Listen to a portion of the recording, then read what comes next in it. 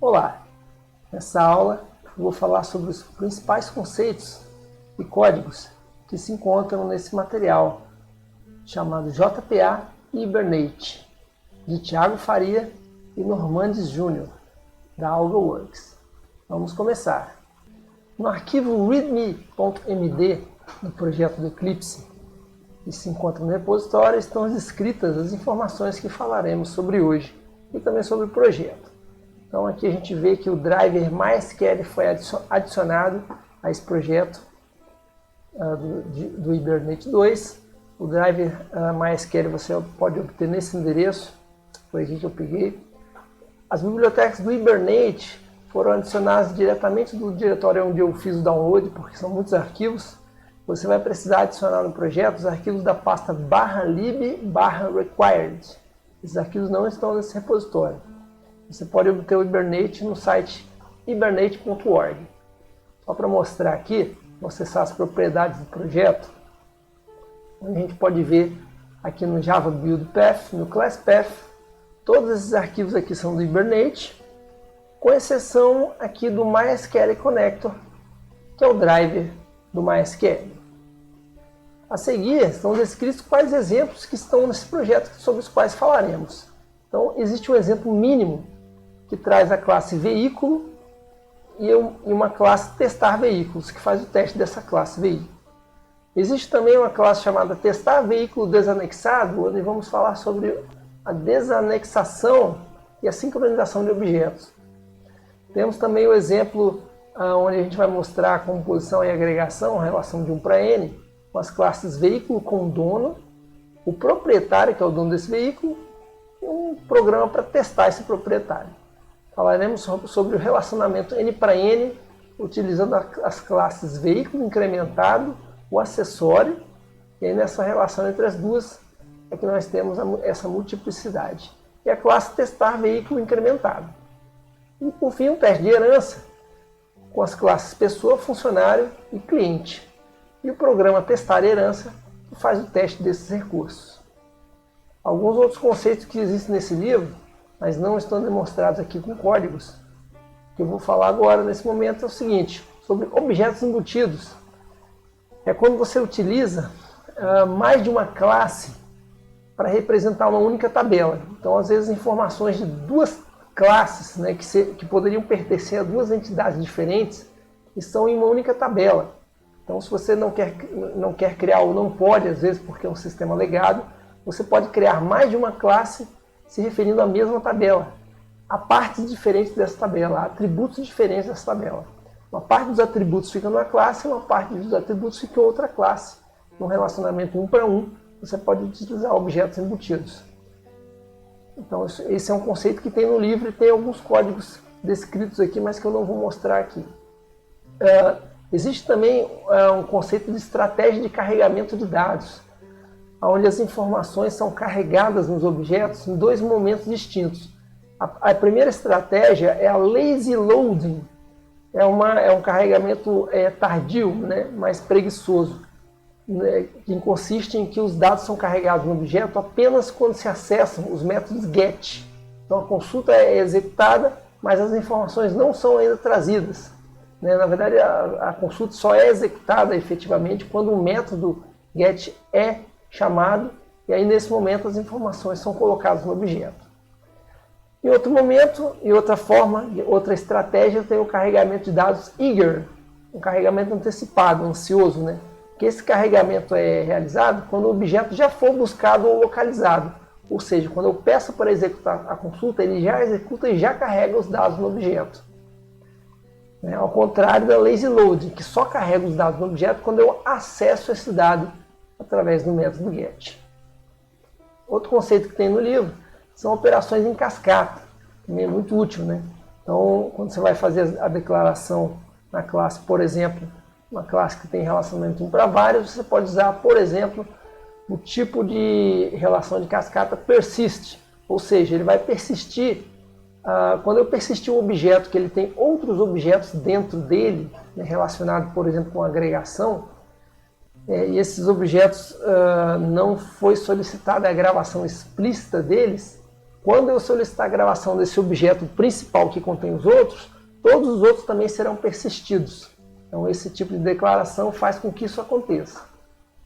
Existe um tipo de declaração também, cascadeType.all, onde todo tipo de operação em cascata vai ser executado. Esse que eu exemplifiquei aqui com persist é uma operação de inclusão, né? Existe também um tipo de cascata de remoção de dados, cascadeType.remove. Ou seja, quando eu tenho um objeto que tem outros objetos inseridos nele, ou que tem elementos relacionados, né? E por isso podem estar inseridos nele, quando eu excluo o elemento principal, os relacionados que estão incluídos nele também são excluídos. Então, se eu quero permitir essa exclusão em cascata, eu posso usar o cascadeType.remove, ou se eu colocar o cascadeType.all, todas as operações em cascata, inclusão, exclusão, serão realizadas. Muito bem, falaremos primeiro do exemplo da classe veículo, que é o menor exemplo que a gente vai executar aqui. Então, vamos abrir a classe veículo. Então, essa classe começa com algumas importações aqui. Tem importação desnecessária. Então, são importações da camada de persistência do Java, né? Então, a primeira declaração que a gente faz para a gente dizer que a gente quer persistir essa classe coloca essa declaração aqui, @entity. Com isso, essa classe já vai motivar, né, a criação de uma tabela de mesmo nome da classe no banco de dados, né? Então aqui eu tenho alguns atributos da classe veículo, e aí a seguir os gets e sets de cada atributo. Para o atributo código, né, como eu desejo que esse código seja um valor de alto incremento gerado pelo banco de dados, então eu coloco aqui uma anotação, duas anotações, né? Então, dizendo que esse campo é um identificador desse registro, dessa classe, né? É o ID, é a chave primária, e que esse código ele é auto-incrementado. Então, com essas duas anotações, eu digo a informação de que esse aqui é a chave primária da tabela que vai ser criada, e esse aqui é o campo que vai ter um valor auto-incrementado, gerado pelo banco, né? Essas informações de anotação nos campos, elas são inseridas nos métodos get dos campos, né? Ela não é inserida no atributo e não é inserida no método set. Elas são definidas logo acima do método get. Aqui eu tenho, por exemplo, também o fabricante com alguma anotação, né? Uma anotação fazendo uma restrição de tamanho e uma anotação dizendo que esse campo não pode ser nulo, né? Aqui eu tenho também um outro exemplo de anotação. Aqui eu tenho uma anotação para o ano de fabricação, especificando que o nome do atributo o nome do campo na tabela desse atributo deve ser criado como ano underline fabricação, né? Em vez de ano fabricação sem o underline, que seria o padrão caso eu não tivesse essa anotação. Então a gente pode usar anotações para mudar o nome do atributo que vai ser gravado na tabela, né? Mudar como esse campo vai ser gravado na tabela. Aqui também eu tenho uma anotação de atributo, especificando o nome de campo que vai ser criado. Aqui eu tenho a anotação dizendo a precisão desse número decimal, as casas decimais, né? E a quantidade de dígitos antes e depois da vírgula, e que esse campo pode ser nulo, né?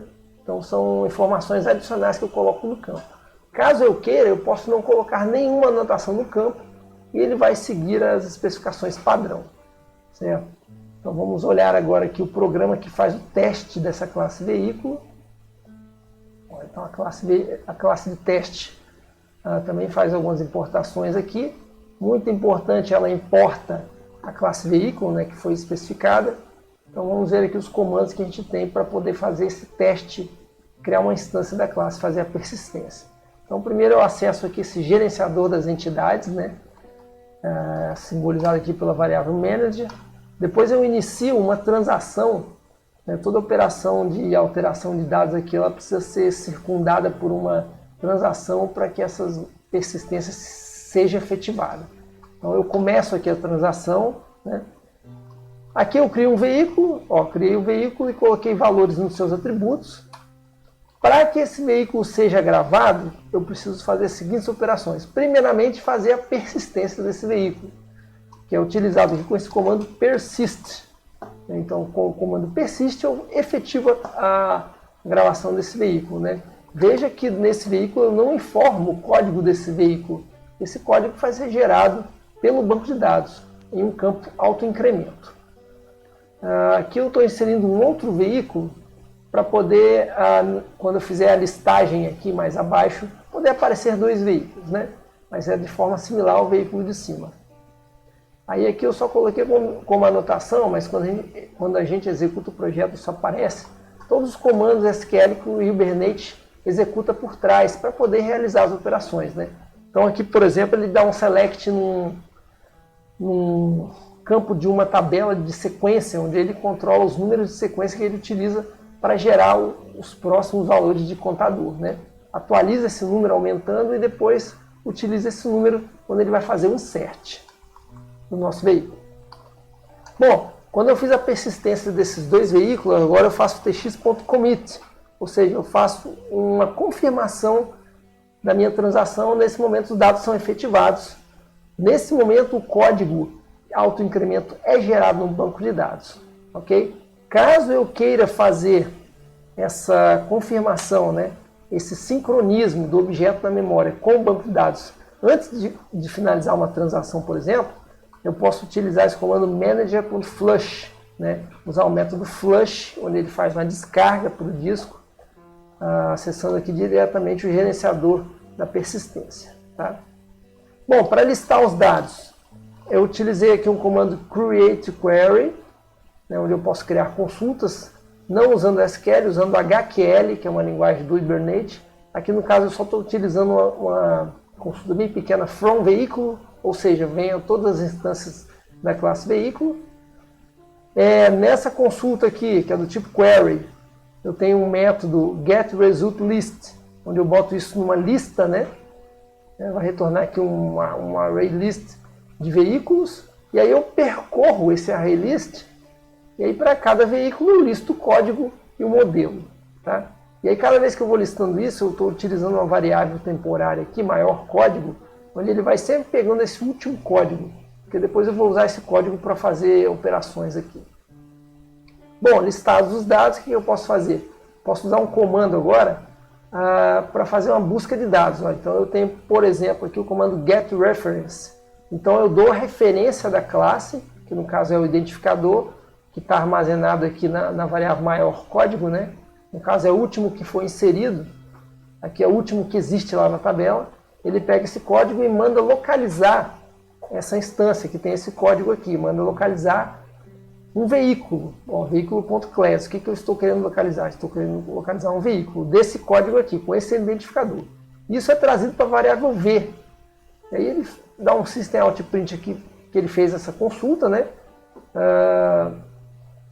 Aí tem uma observação aqui que essa busca não aparece no log do Hibernate, porque o objeto já está carregado no contexto, né?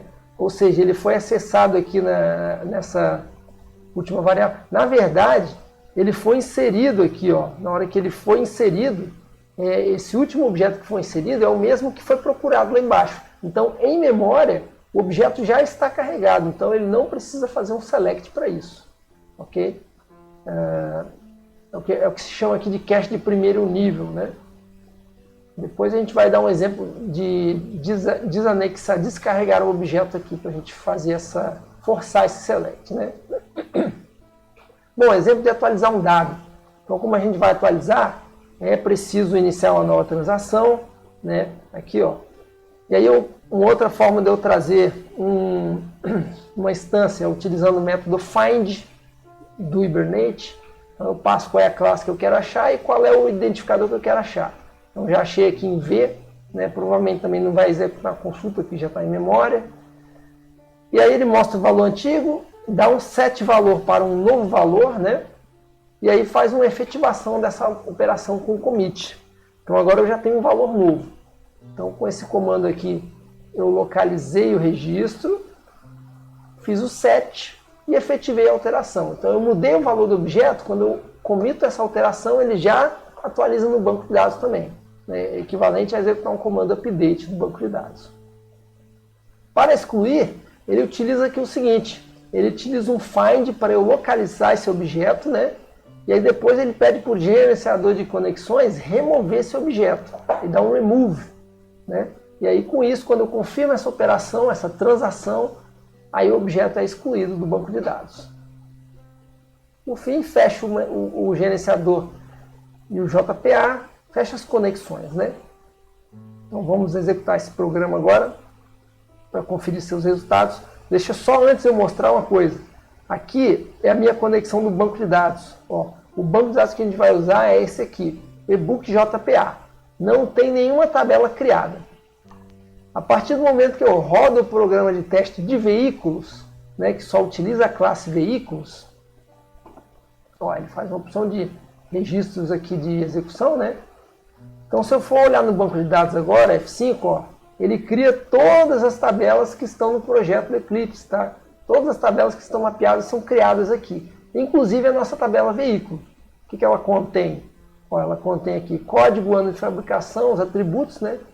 E aqui esse valor está com código 1. Vamos ver se o programa funcionou direitinho. Então, olha lá. Ó, uma série de comandos do create table aqui, incluindo. Então, ó, foi incluído, né? Estão aqui os comandos de inclusão. A hora que ele vai listar, o que ele está pedindo para mostrar lá, está pedindo para mostrar os veículos que estão na tabela, código e o modelo. Então estão os dois que foram inseridos estão na tabela. Depois ele consulta o veículo de código 2 e exibe aqui o modelo. Depois ele altera o valor de 1.400 para 500, né? E aí essa alteração é efetivada. Depois ele exclui o veículo de código maior código, que é o código 2 no caso, né? E aqui fica o registro do comando delete. Ok? Então nosso comando, todos os comandos foram executados, né?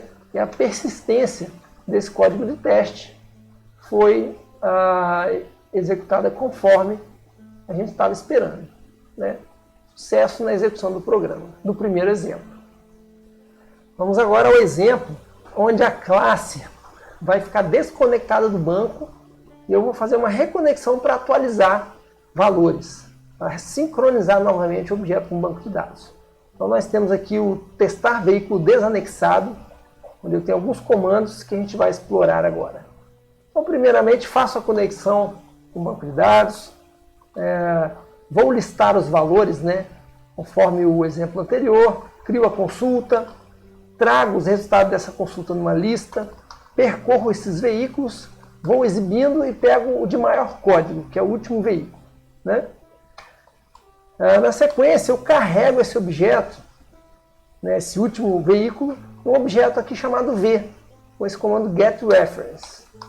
Muito bem. Nesse momento eu fecho a conexão. Quando eu fecho a conexão, ele perde, né, o sincronismo entre o objeto V, que está na memória, e os valores do objeto V que estão lá na tabela de veículos, né? Ele perde o sincronismo. Se eu alterar um valor do objeto, esse valor não vai se retratar na tabela, até porque a conexão está fechada, né? Então não tem como haver essa alteração. E se precisasse de alteração também, eu teria que criar uma transação, né? Mas enfim, como eu fechei a conexão, acontece um set valor aqui, né? Eu altero esse valor e agora esse objeto está com um valor alterado, não está dentro de uma transação, né? E eu preciso agora ressincronizar isso aí. Justamente pelo fato dele não estar numa transação, esse objeto fica fora de sincronia. O banco de dados está desconectado. Então o que eu faço? Como é que eu reanexo? Então eu conecto de novo o gerenciador aqui de entidades, né, que é a minha conexão, crio uma transação e agora eu utilizo um comando aqui chamado merge. Ó, então o merge, ele vai pegar os valores aqui que estão no meu objeto, né, juntamente com os valores que estão lá no banco de dados, né, e vai fazer essa junção dos valores e vai ressincronizar, vai permitir com que eu possa ressincronizar esse objeto. Na verdade, ele pega os valores que estão aqui e coloca de novo no contexto para que eu possa agora efetivar a minha alteração que eu fiz aqui em cima e novamente sincronizar esse objeto com o banco de dados. Ok? Aqui nós fechamos a conexão. Então isso aqui era para demonstrar como é que eu faço caso eu precise, por exemplo, tem sites que a gente faz operações, né? Coloca uma coisa no carrinho e compra, e aí fica lá olhando dados. Enquanto eu estou olhando os dados, muitas vezes os objetos não estão conectados com o banco, é uma conexão pontual. Ele faz a conexão, carrega o valor e cancela a conexão. E o objeto fica na memória. Se eu precisar alterar, por exemplo, esse carrinho, e esse carrinho for um objeto, eu preciso reconectar com o banco de dados, ressincronizar, para efetivar as alterações em banco de dados, caso eu esteja fazendo essa persistência em banco de dados, quando houver alterações. Próximo exemplo que nós vamos ver agora é um exemplo que tem relação com a composição, a agregação de objetos, né? Um objeto dentro de outro, uma classe dentro de outra. Então vamos ver aqui primeiramente uma classe chamada veículo com dono. Então ela é similar à classe veículo que a gente explorou há pouco, né? Aqui tem uma declaração, por exemplo, onde eu vou mudar o nome dessa tabela e colocar underlines aqui no nome da tabela, né? Caso contrário, ela seria criada conforme o nome da classe. Então aqui eu tenho os mesmos atributos da classe veículo, além, né, exceto a diferença agora é que nós temos um atributo chamado proprietário, que é do tipo proprietário, ou seja, um veículo agora possui um proprietário. Então, além dos atributos que já existiam no veículo, agora nós temos um atributo aqui chamado getProprietário e setProprietário, para eu poder configurar quem é o proprietário desse carro. E como é que é feito esse mapeamento, né? Aqui nós vamos assumir uma relação vários para um, ou seja, vários veículos podem pertencer ao mesmo proprietário. E aí a relação que vai definir qual é o proprietário do veículo, né, de quem esse veículo pertence, a quem esse veículo pertence, a gente especifica aqui com o nome da coluna. Tá? A gente pode, se a gente não especificar isso aqui, ele vai criar um nome automático, mas aqui a gente especificou que esse nome de coluna vai se chamar código proprietário. Ou seja, na tabela de veículos eu vou ter um campo chamado código proprietário, que vai conter o código do proprietário desse carro. Certo? Então essa é a primeira forma de a gente vincular essa relação, dizer que um veículo pertence a um proprietário, né? E que vários veículos podem pertencer ao mesmo proprietário. De forma similar, na classe proprietário, que possui o código do proprietário, o nome, telefone e e-mail, né? Eu tenho aqui a declaração de que isso é uma entidade. Ó, nesse código aqui eu até coloquei a página onde esse exemplo está no material do Thiago Faria de Normandes, né? Todos esses exemplos vêm de lá, eu só às vezes mudei o nome do exemplo para poder ficar todos no mesmo projeto. Então agora esse proprietário, o que acontece? Qual é o atributo que surge aqui para representar essa relação agora? Essa relação de proprietário com veículos é um para vários, né? Um proprietário pode ter vários veículos, então isso é simbolizado nesse atributo chamado veículos, onde ele é uma lista de veículo com dono, né? Então os veículos que um proprietário pode possuir é representado aqui por uma lista de veículos. Então vamos ver como é que está o get e o set desses veículos aqui, hein? Ó, tá aqui. Então o set veículos está aqui. E o get, como a gente falou, né? Sempre os relacionamentos são mapeados no get. As anotações são mapeadas no get. Então eu tenho aqui, ó, agora é uma relação para vários. É o contrário da veículos com proprietários, né? Proprietários com veículos é um para vários, ou seja, um proprietário pode possuir vários veículos. E aí a declaração que eu faço aqui é essa aqui, ó, que essa relação ela é mapeada na tabela, né, na tabela proprietário. Então aquele código proprietário que está lá em veículo, da onde ele vem, né, da onde vem essa chave estrangeira? Ela vem dessa tabela aqui chamada proprietário. Aqui está feito o mapeamento agora reverso, vamos dizer assim. Bom, vamos agora ao teste desse veículo do proprietário, né? Aqui está chamado teste proprietário porque ao criar um proprietário eu já vou também criar o veículo no nosso teste aqui. Então, fazemos a conexão com o banco, iniciamos a transação, que eu vou fazer alterações no banco.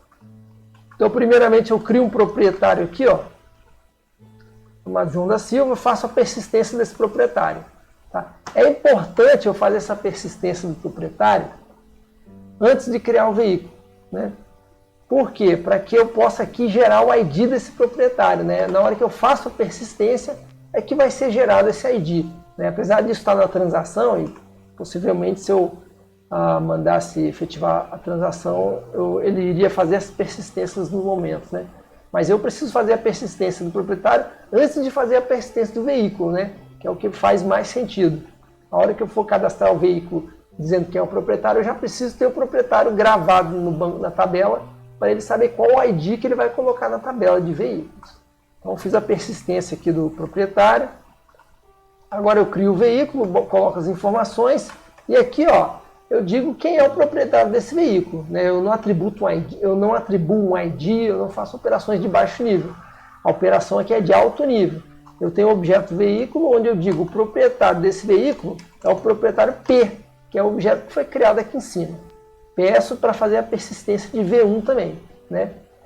Aí aqui, apenas para exemplo, é criado um outro veículo que também pertence a essa pessoa P, e por fim todas as operações são efetivadas no banco de dados nessa ordem que foi solicitada a persistência, né? Isso que é importante. Aqui tem uma informação interessante, que é o seguinte, os objetos, né, que estão dentro de P, P é um proprietário que tem uma lista de veículos, né? Então, a hora que eu faço a persistência de P, P é gerado, é criado um ID, e aí esses carros são associados, eles são criados e o proprietário é associado a eles, né? E aí, né, o que eu preciso fazer, né? Quando eu efetivo essas transações aqui, todos os IDs são gerados no banco de dados. Então, a hora que eu vou... Agora eu vou fazer um for aqui para percorrer esses veículos, né? E aí eu preciso usar esse comando refresh p, né? Por quê? No livro não está assim, tá? Mas o que acontece? Quando eu vou percorrer os veículos, eu quero exibir o código deles também. E esse código é gerado pelo banco de dados, né? E a hora que eu efetivo isso aqui, faço essa efetivação, o código é gerado lá no banco, mas esse código não é trazido para os objetos, né? Então eu preciso usar esse comando refresh aqui para ele fazer de novo essa leitura, isso em objetos compostos, né? Por quê? Porque esse P ele tá apontando para as instâncias dos objetos V1 e V2, né? E aí esses objetos, quando forem persistidos, o ID deles não foi carregado nos objetos. Então eu estou usando aqui o refresh para ele pegar o proprietário com essa lista de veículos e obter novamente do banco para me trazer os códigos que foram gerados. E aí eu posso colocar aqui esse get código e ter esse valor, né? Certo? Então por isso que eu estou usando esse comando refresh aqui, ok? Então eu faço um for aqui percorrendo os veículos, ó. Eu pego os proprietários da lista de veículos que estão lá, né? Cada veículo vai ser do tipo veículo com dono, e aí consigo exibir o get código e o get modelo, né? Certo? Muito bem. Aqui encerra as conexões, né? E assim a gente pode testar agora o nosso código aqui. Deixa eu limpar o console. Pronto, executei o programa. Aqui uma série de comandos e está lá. Ó, então ele gerou um carro aqui com código 4, código 5. Então os dois veículos lá. Se a gente olhar no banco de dados, ó, veículo com dono, né? Ó, código 45. E aí o meu proprietário está aqui com código 3, certo? Na verdade ele está usando um identificador sequencial único para todos os códigos que são ID, por causa de uma especificação que está ali na anotação, né? Caso a gente queira, a gente pode mudar para ele fazer isso por tabela, seria mais interessante, né? Cada tabela tem o seu código iniciado a partir de por tabela, e não um contador geral, né? Mas tudo bem. É isso aí, gente. Então encerramos aqui o segundo exemplo de classes com objetos compostos, né? Um objeto dentro do outro. Só para complementar essa explicação, eu coloquei essa observação aqui, ó. Recarregar a lista de veículos, na verdade, né? Senão essa lista de veículos vem nula, né? Como esses IDs são gerados no banco de dados, pelo banco de dados, ele não carrega na lista, né? Você vê que quando eu adiciono o proprietário no veículo, né, isso não quer dizer que eu adicionei o veículo na lista de proprietários. Por isso que se eu não fizer essa recarga com refresh, a lista de veículos aqui no proprietário, ó, na verdade o que vem nulo aqui é esse p.getVeículos, né? Ele não consegue montar essa lista porque os IDs eles foram gerados no banco, mas não foram enviados para a memória ainda. É só para concluir essa explicação aqui, por que a gente usou o refresh. Como próximo exemplo agora, vamos verificar como é que funciona o relacionamento N para N aqui no Hibernate, como é feito esse mapeamento. Então para isso a gente vai usar agora uma outra instância de veículo aqui, né, um outro tipo de veículo que eu chamei de veículo incrementado. É a hora que ele pega esse veículo aqui e faz uma relação com uma outra classe chamada acessório. Então um veículo vai possuir acessórios, certo? Então ele possui os mesmos atributos do veículo, só que aqui agora ele possui, né, uma relação com acessórios não em forma de lista, mas em forma de coleção, né? Achei bem interessante isso aqui, essa utilização. E por que ele usou conjunto em vez de ArrayList? Porque o conjunto ele vai permitir com que você não tenha repetição de acessório, né? Ou seja, se ele tem um banco de couro, eu não consigo colocar esse banco de couro 2 vezes no carro, né? Então esse aqui foi o requisito que se imaginou. Então para garantir isso aí ficou muito melhor utilizar um hash set em vez de usar um ArrayList. Então por isso que se usou essa estrutura aqui, tá? Então com essa lista de acessórios, como é que eu monto agora esse mapeamento dizendo que um veículo pode ter vários acessórios e um acessório pode estar em vários veículos? Vamos ver aqui para baixo. Depois dos campos do veículo, eu entro então o set e o get desses acessórios, né? Então como a gente viu, é no get que é feita a anotação, e a anotação que é feita aqui é simplesmente essa aqui, ó, many to many, tá? Basta essa anotação aqui. No livro, no exemplo, tem essa outra anotação, mas eu até deixei comentada para mostrar que ela é opcional, né? Que ela é opcional no sentido de se eu quiser especificar qual vai ser o nome dessa tabela do meio, vai ser esse aqui, né? Se eu não especificar, ele cria um nome padrão, né? Acessórios underline veículo. Na verdade, ele pega o nome das duas classes e junta, né? E aí o nome das colunas também eu posso personalizar, né? Aqui no exemplo estava personalizando, eu comentei.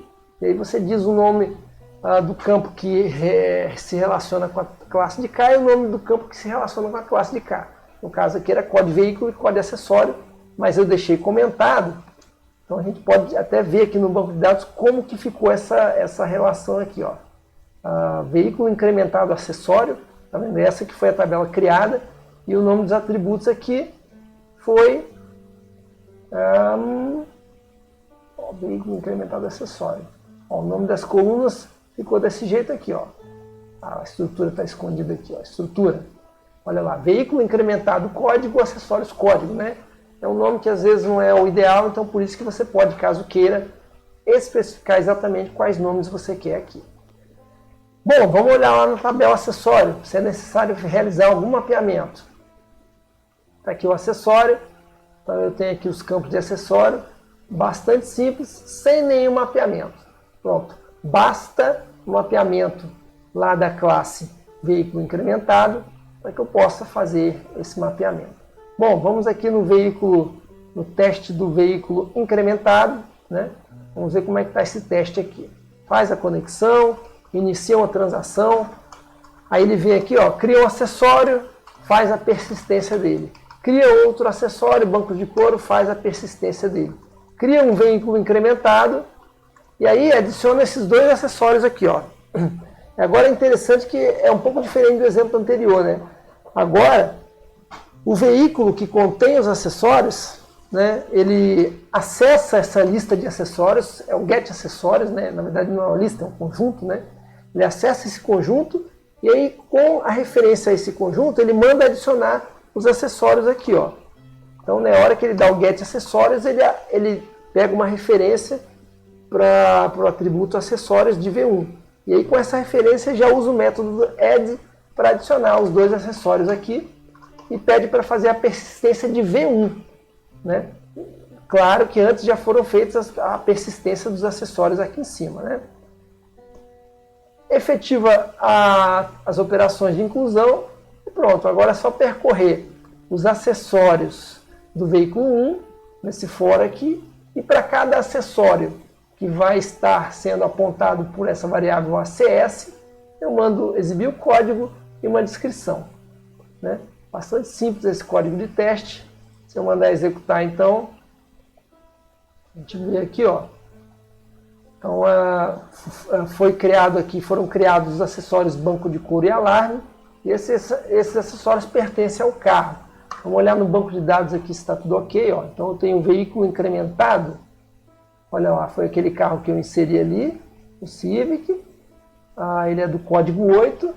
Esses acessórios que estão criados aqui, vamos ver. Olha lá, é um acessório alarme e um acessório banco de dados. E aí, então, eu devo ter aqui essa tabela relacionando o veículo 8 com acessório 6, veículo 8 com acessório 7.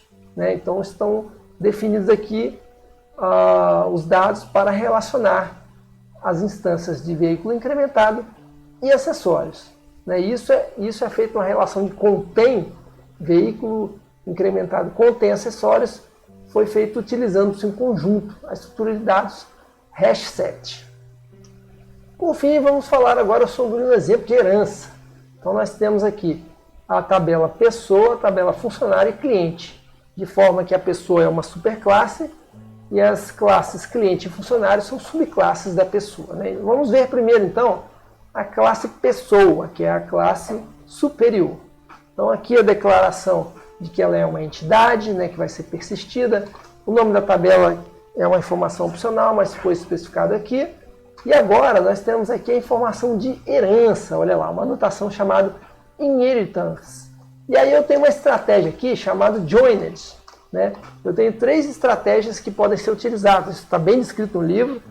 E aí a gente vai usar essa join, que é uma que faz bastante sentido aqui, onde eu utilizo uma tabela pessoa, onde vão ser gravadas informações da pessoa, e aí ele vai criar as outras 2 tabelas embaixo, né, cliente e funcionário, e as informações que são do funcionário e que não estão na pessoa vão ser gravadas na tabela funcionário, e as informações de cliente que não estão na pessoa, que são só de cliente, vão ser gravadas na tabela cliente. Né? E aí vai ser utilizado o campo ID da pessoa. Esse ID da pessoa vai ser levado para a tabela cliente e para a tabela funcionário para dizer de qual pessoa que é aquele cliente, né? Quem é a pessoa que representa aquele cliente, certo? Existem outras estratégias, por exemplo, single table. Então eu tenho uma única tabela, né, que junta todos os campos das classes filhas, e aí eu tenho um campo discriminatório para dizer se esse registro é uma pessoa, é um cliente ou é um funcionário. Né? Não é uma opção muito eficiente em termos de normalização. Eu tenho também aqui uma tabela por classe, no sentido de que ele também cria uma tabela por classe, mas só para classes concretas. Então ele não criaria a tabela pessoa. Então, por exemplo, eu teria a tabela cliente com o atributo nome e eu teria a tabela funcionário também com o atributo nome. Também não é a melhor relação de eficiência. Então, a melhor relação de eficiência, em termos de banco de dados normalizado, é essa joined, onde ele cria uma tabela para cada classe, independente de ser abstrato ou concreto. Né? Por quê? Aí a gente tem uma observação aqui, que essa classe pessoa ela é abstrata. Porque no meu sistema aqui, que a gente está utilizando como exemplo, eu não preciso criar uma pessoa. Eu tenho só o cliente e o funcionário. O cliente é uma pessoa e o funcionário também é uma pessoa. Né? Mas no sistema eu não tenho a necessidade de cadastrar uma pessoa individualmente para depois dizer que esse cliente é aquela pessoa ali, certo? Então aqui a pessoa é uma classe abstrata. Eu incluí um atributo tipo sanguíneo só para não ficar só nome, né? Porque uma classe que só tem um atributo, ela fica pobre, né? Mas enfim, isso foi só uma coisa que eu adicionei aqui. Ó, então a gente não precisa mais mudar nada aqui na relação dos campos. A herança ela acontece realmente. É muito interessante, ó. Só com essa anotação aqui já foi sinalizado que vai acontecer uma herança, tá? É bem fácil de fazer aqui no Hibernate. Bom, vamos ver para a classe cliente agora. Ó, a classe cliente também é uma entidade. E aqui, olha lá, a herança nessa classe, na verdade, acontece aqui, né? Com public class cliente extends pessoa. Esse extends aqui me sinaliza a herança. Mas em nível de persistência, eu estou dizendo o seguinte, ó, que a chave primária da coluna que faz a relação, né, com a classe que se relaciona com essa aqui, que no caso é por causa de herança, por meio de herança. Aí ele diz, ó, essa classe está relacionada com a classe mãe por meio do atributo pessoa ID. Né? Então isso é bem interessante. Aqui apenas dessa forma eu já estou dizendo como é que os registros dessa classe estão relacionados com os registros, né, da tabela de cima, da tabela da classe pessoa. Né? E aqui eu tenho os outros atributos também, especificados sem maiores dificuldades. Na classe funcionário, de forma similar, né, de forma idêntica, na verdade, eu tenho aqui a anotação que diz que o campo que relaciona o funcionário com a tabela da classe mãe, tabela pessoa, também é o pessoa ID, né? Então, era o que é de se esperar. E aí eu digo aqui que classe funcionário é uma subclasse de pessoa através do extends pessoa, que é da sintaxe do Java. Ok? Então vamos ver agora aqui o teste dessa classe, dessas três classes, né? Bom, então aqui eu crio a conexão, inicio a transação, porque eu vou incluir coisas, né? Então olha lá. Crio um cliente, faço a persistência dele. Então olha só, né? Isso aqui é herança. Então, na classe cliente, não tem um atributo nome, né? Mas como ele estende de pessoa, na hora que eu vou olhar aqui, ó, eu tenho cliente.setNome. Né? O nome não é do cliente, mas como o cliente é uma pessoa, então o cliente também recebe o atributo e os métodos que acessam esse atributo. Nome e tipo sanguíneo. Então eu posso utilizar aqui cliente.setNome, cliente tipo sanguíneo e as informações do cliente. Faço a persistência dele. Funcionário. Crio o funcionário também com nome e tipo sanguíneo, porque ele também é uma pessoa. Faço a atribuição dos valores dos atributos do funcionário e faço a persistência. Efetiva a gravação de dados com commit. Agora vou fazer uma coisa bem interessante também. Vou fazer uma lista polimórfica, ou seja, vou fazer uma lista de pessoas. Então, ó, criei um array list de pessoas aqui, né? E vou adicionar nessa lista de pessoas um funcionário e um cliente. Né? Por que eu posso fazer isso? Porque um funcionário é uma pessoa, então ela pode entrar numa lista de pessoas, assim como o cliente. Depois que eu adicionei essas pessoas, né, o funcionário e o cliente na lista, vou percorrer essa lista agora. Tá? E aí, assim como eu criei a lista e adicionei, eu poderia ter feito um query, né, das tabelas, né, mas eu preferi fazer aqui montando com os valores dos objetos. Né? Então vamos lá. Percorrendo agora essa lista de pessoas, aqui está o meu for, né? Vou percorrer as pessoas, cada pessoa vai ser sinalizada pela variável P, que é do tipo pessoa.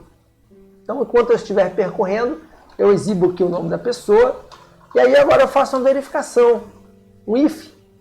Né? Se essa pessoa que eu estou percorrendo é um cliente, ou seja, se P é uma instância de cliente, né? Se esse objeto P é uma instância da classe cliente, então eu posso exibir, por exemplo, um atributo chamado renda mensal. Como é que eu faço isso? Eu pego a variável P, que é uma pessoa, faço uma conversão de tipo, né? Um typecast, usando a classe cliente. Né? Então a hora que eu pego P e coloco esse cliente na frente, P se transforma, se converte no cliente.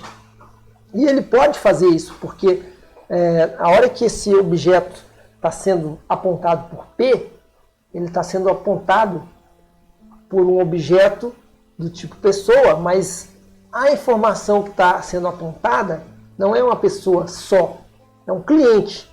Então, se eu mudar essa variável ponteiro de pessoa para cliente, ele tem a capacidade de acessar todos os dados que estão ali. Enquanto pessoa ele não tem, porque pessoa só acessa nome e tipo sanguíneo. Então eu mudo essa variável que aponta e agora essa variável consegue apontar todos os atributos do cliente. Eu poderia ter atribuído isso numa outra variável, mas fiz numa linha só. Então, ó, dentro desse parênteses aqui, ó, isso aqui que está marcado é uma instância de cliente que foi convertida, a pessoa virou cliente. Então, dentro desse parênteses agora, eu consigo acessar o ponto get renda mensal, ó, que é um método do cliente. né? Mas como essa pessoa foi convertida para cliente ali dentro, então ali dentro, se eu boto um parênteses fora, eu tenho um cliente ali, aí eu posso usar esse método, tá? Else, né, no nosso caso aqui, se não é cliente, é funcionário, né, nem precisei perguntar se é instância de funcionário. Então o que eu faço? Posso exibir o salário, faço a mesma coisa com a pessoa. A pessoa está aqui, faço um typecast, uma conversão de tipo. Ó, essa pessoa agora vai virar funcionário, vai crescer, né? Isso funciona porque P está apontando para um funcionário. Mas com a variável P eu só consigo acessar 2 atributos. Os outros eu não consigo. Agora, a hora que eu transformo o P para um funcionário, né? E essa variável P ela não tem mais nome, porque a hora que converteu para funcionário, eu não atribuí isso em outra variável. Eu só atribuí isso ali dentro do parênteses. Então, essa referência para o funcionário está dentro do parênteses, e aí dentro desse parênteses eu consigo chamar o método getSalário. Ok? Se eu mandar completar aqui, ó, ele me traz todos os métodos aqui do funcionário. Eu não estou chamando p.getSalário, eu estou chamando p convertido para funcionário .getSalário. Ok? Isso aqui é o chamado typecast, conversão de tipo. Exiba as informações, fecha as conexões. Vamos lá testar o programa. Muito bem, executando. Pronto, tudo funcionando. Eu já havia testado, claro, né? Então aqui eu tenho as criações das informações, as inserções dos dados. Maria Oliveira, salário, João, renda mensal. Vamos ver nas tabelas como estão as informações, hein? Então eu tenho a tabela pessoa, ó, João e Maria, código 10910. E vamos ver aqui o meu cliente. Quem é o meu cliente? Ó, meu cliente é a pessoa 9, é o João, né, com as informações que foram configuradas aqui. E quem é o meu funcionário? É Maria, código 10. Olha lá, com as informações aqui de Maria. Certo? Então assim, a gente finaliza esse exemplo de herança, que é extremamente simples de configurar. Bastando para isso colocar uma anotação, né? Uma anotação aqui e uma anotação na subclasse. Encerramos assim, então essa videoaula, né? Espero que nos seus programas em Java, caso você vá usar a persistência, possa utilizar o Hibernate e usufruir dos benefícios que ele oferece. Muito obrigado, até a próxima.